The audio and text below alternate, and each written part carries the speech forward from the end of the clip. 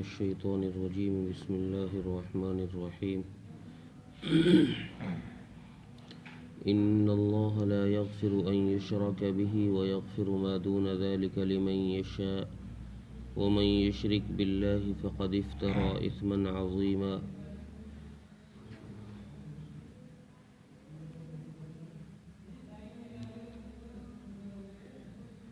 اس سے پہلی آیتوں میں اہل کتاب کا تذکرہ کیا اور ان کی خامیوں کو، ان کی غلطیوں کو اللہ تبارک و تعالیٰ نے اجاگر کیا اور ان کی غلطی پر تنبیہ بھی فرمائی۔ اس آیت میں اللہ تبارک و تعالیٰ نے فرمایا ہے کہ اللہ ہر غلطی برداشت کر لیتا ہے، اللہ ساری غلطیوں کو برداشت کر لیتا ہے اور وہ اللہ کی مشیت پر ہوتی ہے کہ اللہ تبارک و تعالیٰ چاہتا ہے تو معاف کر دیتا ہے اور اگر چاہتا ہے تو سزا دے دیتا ہے، اللہ کی مشیت پر ہے۔ لیکن اللہ تبارک و تعالیٰ شرک کو کبھی بھی معاف نہیں فرمائے، خواہ اس نے اللہ کے علم میں کسی کو شریک کیا ہو، اللہ کے وجود میں کسی کو شریک کیا ہو، کسی بھی طور سے اگر کسی پیر، بزرگ، پیڑ، پتھر، کسی بھی چیز کو کسی شخص نے اللہ تبارک و تعالیٰ کی ذات کے ساتھ شریک ٹھہرایا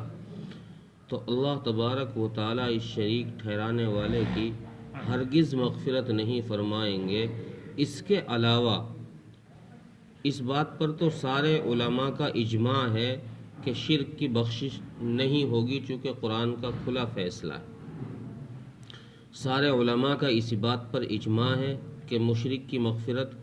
نہیں ہوگی، اس کو بخشا نہیں جائے گا۔ اس کے علاوہ جو گناہ ہیں، چھوٹے موٹے، چھوٹے ہوں چاہے بڑے ہوں، صغیرہ ہوں یا کبیرہ گناہ ہوں، اللہ تبارک و تعالی ان کو جس کے لیے چاہیں گے، کسی بندے کے لیے چاہیں گے تو اللہ معاف کر دیں گے، چونکہ اس کا اللہ کا حق ہے۔ اللہ چاہیں گے اپنا حق معاف کر دیں گے، چاہیں گے پکڑ فرما لیں گے۔ اس آیت کا شان نزول امام بہقی نے لکھا ہے کہ حضرت ابو ایوب انصاری رضی اللہ عنہ کی ایک روایت انہوں نے ذکر فرمائی ہے کہ حضرت ابو ایوب انصاری رضی اللہ عنہ فرماتے ہیں کہ ایک شخص حضور صلی اللہ علیہ وسلم کی خدمت میں حاضر ہوا اور اس نے آ کر عرض کیا کہ یا رسول اللہ، اس طرح میرا ایک بھتیجا ہے تو وہ جو ہے گناہوں سے باز نہیں آتا، ہر وقت برائیوں میں لگا رہتا ہے، خطائیں کرتے رہتا ہے، وہ رکتا نہیں ہے۔ آپ صلی اللہ علیہ وسلم نے ارشاد فرمایا کہ اس کا مذہب کیا ہے؟ اس شخص نے کہا کہ یا رسول اللہ، اس کا مذہب تو توحید ہے، وہ نماز پڑھتا ہے، روزے رکھتا ہے، توحید ہے اس کا مذہب۔ آپ صلی اللہ علیہ وسلم نے ارشاد فرمایا اچھا ایسا کرو، تم اس کے پاس جاؤ، کسی اور شخص کو اس کے پاس بھیجا کہ اس کے پاس جاؤ اور جا کر اس سے اس کا دین اس سے ہبہ کرا لو۔ وہ شخص گیا اور آپ صلی اللہ علیہ وسلم نے ساتھ ہی یہ بھی فرمایا کہ اگر وہ ہبہ نہ کرے تو اس سے اس کے دین خرید لو، یعنی اس کی نماز، روزہ، صدقہ جو اس نے نیک کام کر رکھے ہیں ان کو وہ تمہارے لیے بیچ دے، تم ان کے لیے پیسے دے دو، یعنی ان کا ثواب وہ تمہیں دے دے، اللہ کو گواہ بنا کر تم ان کو پیسے دے دو۔ تو یہ شخص گیا اور اس نے جا کر کہا یا رسول اللہ اس شخص سے کہ بھائی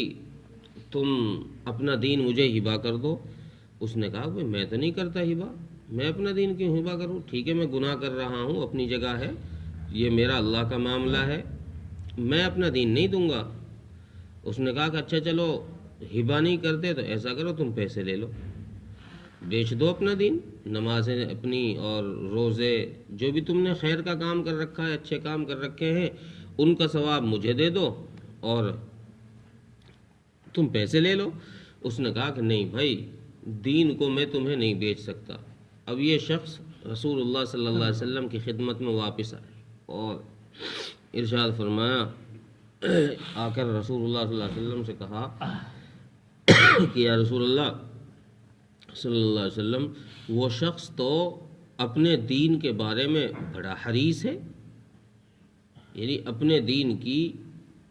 اس کے دل کے اندر قدر ہے، وہ اس کو یوں نہیں بیچتا،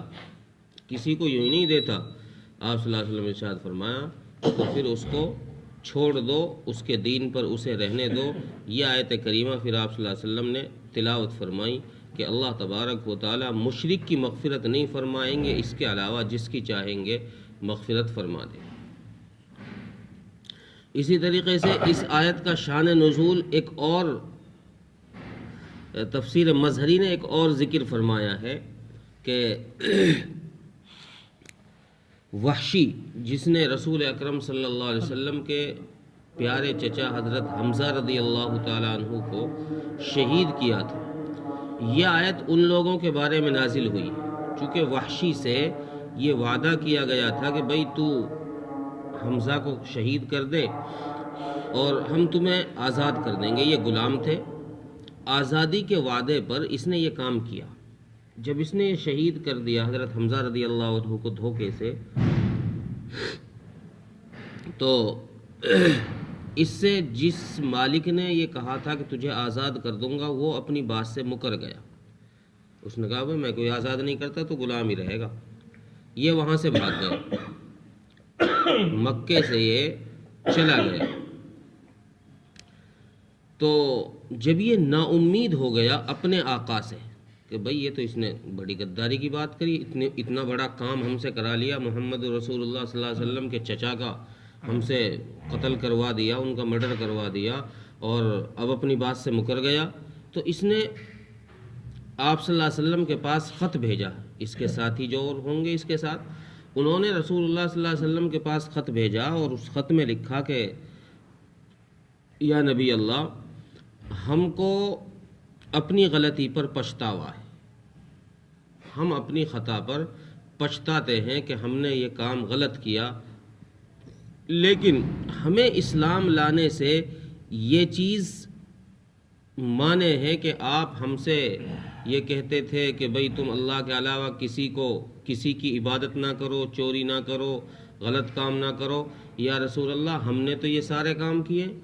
ہم نے تو پتھروں کی پوجا کی ہے، چوری ہم نے کی ہے، زنا ہم نے کیا ہے، سارے گناہ ہم نے کیے ہیں۔ یا رسول اللہ، ہمیں تو یہ بات اسلام میں آنے سے مانے ہے، رکاوٹ بنی ہوئی ہے۔ تو آپ صلی اللہ علیہ وسلم نے اس شخص کے لیے یہ آیت کریمہ ان اللہ لا یغفر ان یشرک بہ ویغفر ما دون ذلک لمن یشاء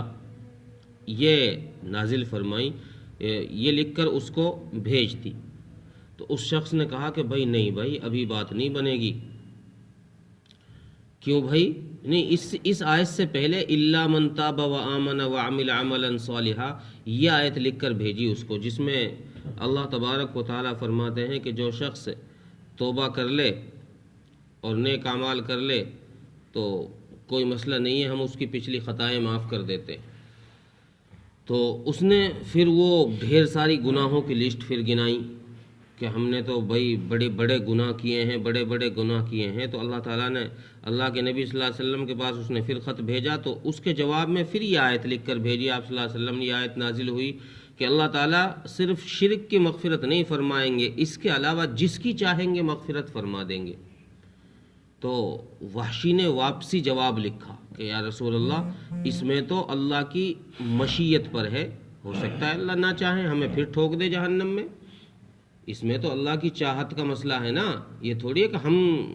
مسلمان ہو گئے تو بھئی ہم تو کنفرم ہو گیا کہ بھئی تم تو جنتی ہو، اللہ کی مشیت پر ہے، اللہ نے چاہا تو بخش دیں گے، نہیں چاہا تو پکڑ کر کے سزا دیں گے۔ اس نے کہا یا رسول اللہ، ہم نہیں آتے، ہم مسلمان نہیں ہوتے۔ آپ صلی اللہ علیہ وسلم نے تیسری آیت جب اللہ تبارک و تعالی نازل فرمائی تو آپ صلی اللہ علیہ وسلم نے وہ آیت لکھ کر بھیجی، قل یا عبادی الذین اسرفوا علی انفسہم لا تقنطوا من رحمت اللہ۔ نبی جی ان سے کہہ دیجئے کہ میرے بندو تم نا امید مت ہو، تم میری ذات سے اسرفو نا امید نہ ہو۔ قل یا عبادی الذین اسرفوا علی انفسہم لا تقنطوا من رحمت اللہ، جس نے چاہے جتنے گناہ کر لیے ہیں لیکن ہماری ذات سے اس کو نا امید نہیں ہونا چاہیے. وہ جب ہاتھ پھیلائے گا ہم بخشش کے دروازے اس کے لیے کھول دیں گے. تو وحشی مسلمان ہو گئے یہ آیت سن کر کہ چلو بھائی اب اللہ تبارک و تعالیٰ نے کچھ ایسی بات کہی ہے جس سے ہمارا دل مطمئن ہے. یہ مسلمان ہو گیا. آپ صلی اللہ علیہ وسلم کی خدمت میں حاضر ہوا اور آ کر اسلام قبول کر لیا. تو آپ صلی اللہ علیہ وسلم نے اس سے پوچھا کہ وحشی اچھا یوں بتا تو نے میرے چچا کو قتل کیسے کیا. اس نے پورا واقعہ بتایا. آپ صلی اللہ علیہ وسلم کو بڑا رنج ہوا اور آپ نے فرمایا تیرا برا ہو وحشی، تیرا برا ہو، اور اس سے فرمایا کہ آج کے بعد مجھے اپنی شکل نہ دکھا، یہاں سے چلے جاؤ، اسلام تمہارا ہم نے قبول کر لیا ہے لیکن آج کے بعد اپنی شکل مجھے نہ دکھانا، چونکہ میں تمہاری شکل جب دیکھوں گا تو مجھے اپنے چچا کی یاد آئے گی، اس لیے تم یہاں سے جاؤ. چنانچہ وحشی وہیں سے ملک شام کے لیے روانہ ہو گیا اور وہیں رہا، وہیں اس کی وفات ہوئی. تو اس پر اللہ تبارک و تعالیٰ نے یہ آیت نازل فرمائی. اب اس میں یہ بات تو صاف کر دی اللہ نے کہ شرک کی اللہ مغفرت نہیں فرمائیں گے، اس کے علاوہ چھوٹے بڑے جتنے گناہ جس کے ہوں گے اللہ تبارک و تعالیٰ چاہیں گے معاف کر دیں گے، اور اگر اللہ تبارک و تعالیٰ نے پکڑ کرنی چاہی، سزا دینی چاہیے، تو اللہ تبارک و تعالیٰ کو یہ بھی اختیار ہے. دونوں اختیار اللہ کو ہیں، چاہے تو معاف کر دیں، چاہے تو اس کو سزا دے دیں. اور پھر آخر میں اللہ تبارک و تعالیٰ نے فرمایا، چونکہ حدیث میں یہ بھی آیا ہے کہ اللہ تبارک و تعالیٰ کے یہاں قیامت میں جو عدالتیں لگیں گی ان میں ایک گناہ تو وہ ہوگا جس گناہ کو اللہ تبارک و تعالیٰ معاف کر دیں گے، اور ایک گناہ وہ ہوگا کہ جس کو اللہ تبارک و تعالیٰ معاف ہی نہیں فرمائیں گے، وہ گناہ شرک ہے. اور ایک گناہ وہ ہوگا کہ اللہ تبارک و تعالیٰ بغیر بدلہ دلوائے نہیں چھوڑیں گے، وہ حقوق العباد میں سے ہے. کسی کا حق مار لیا ہو تو اللہ تبارک و تعالیٰ اس گناہ کو اس وقت تک ختم نہیں کریں گے جب تک اس حق والے کا حق نہ دلوا دیا جائے. حتیٰ کہ حدیث میں آتا ہے کہ اگر بے سینگ والی بکری پر دنیا میں کسی سینگ والی نے ظلم کیا ہے تو اللہ ان کو بھی زندہ کر کے حق دلوائیں گے، اس کے بھی ٹکر لگوائیں گے. اتنا انصاف کا معاملہ اللہ تبارک و تعالیٰ فرمائیں گے. ان کا انصاف کرا کر پھر ان کو مٹی ہو جانا ہے، آگے کچھ نہیں ہونا، ان کو سزا ثواب کچھ نہیں ہونا، صرف بدلہ دلانا، انصاف دلانا ہے. ان کو انصاف دلائیں گے اور ان کو پھر مار دیا جائے گا، مٹی کر دیا جائے گا، یہ ختم معاملہ. جو گناہ اللہ تبارک و تعالیٰ جس کو معاف کر دیں گے وہ اللہ کا اور بندے کا حق ہے. کسی نے نماز چھوڑ دی، روزہ چھوڑ دیا، کوئی اور غلط کام کر لیا، گناہ کا کام کر لیا، تو اللہ تبارک و تعالیٰ ان سب کو معاف فرما دیں گے. حضرت ابو ذر رضی اللہ عنہ فرماتے ہیں، ایک روایت میں ہے کہ میں ایک دن رسول اللہ صلی اللہ علیہ وسلم کے خدمت میں حاضر ہوا. میں نے دیکھا کہ اللہ کے نبی صلی اللہ علیہ وسلم ایک سفید کپڑا اوڑھے ہوئے، سفید چادر اوڑھے ہوئے لیٹے ہیں. میں نے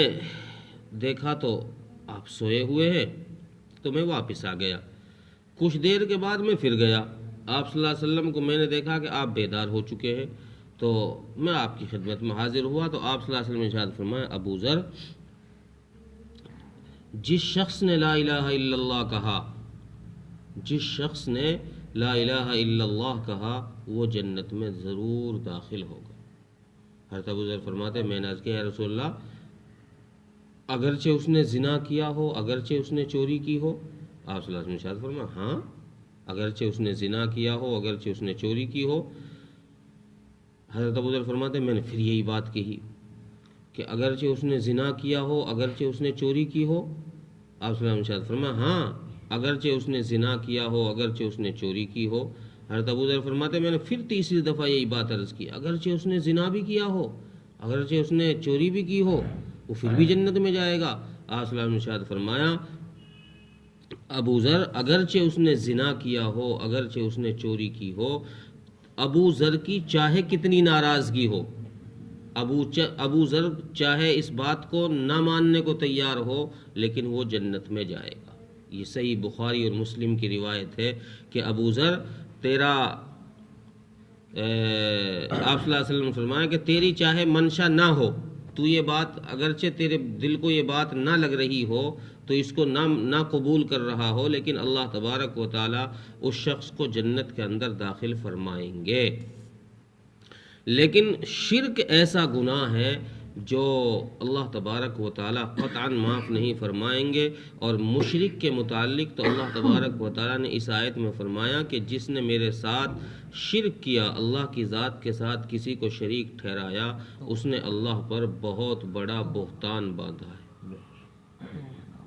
گویا کسی نے، جیسے کسی پہ لوگ تہمت لگا دیتے ہیں نا، خواہ مخواہ کا الزام، اللہ تبارک و تعالیٰ فرمائے یہ خواہ مخواہ کا میرے اوپر الزام ہے کہ میری ذات کے ساتھ کسی کو شریک کر دیا کہ بھئی یہ پیر بھی دے سکتا ہے، یہ تصویر اور یہ مورتی بھی دے سکتی ہے، میری ذات کے ساتھ یہ خواہ مخواہ کا شرک ہے، یہ میرے اوپر بہتان ہے۔ ایسے بہتان باندھنے والوں کی، چونکہ شرک کرنے والا ایک قسم کا غدار ہوتا ہے،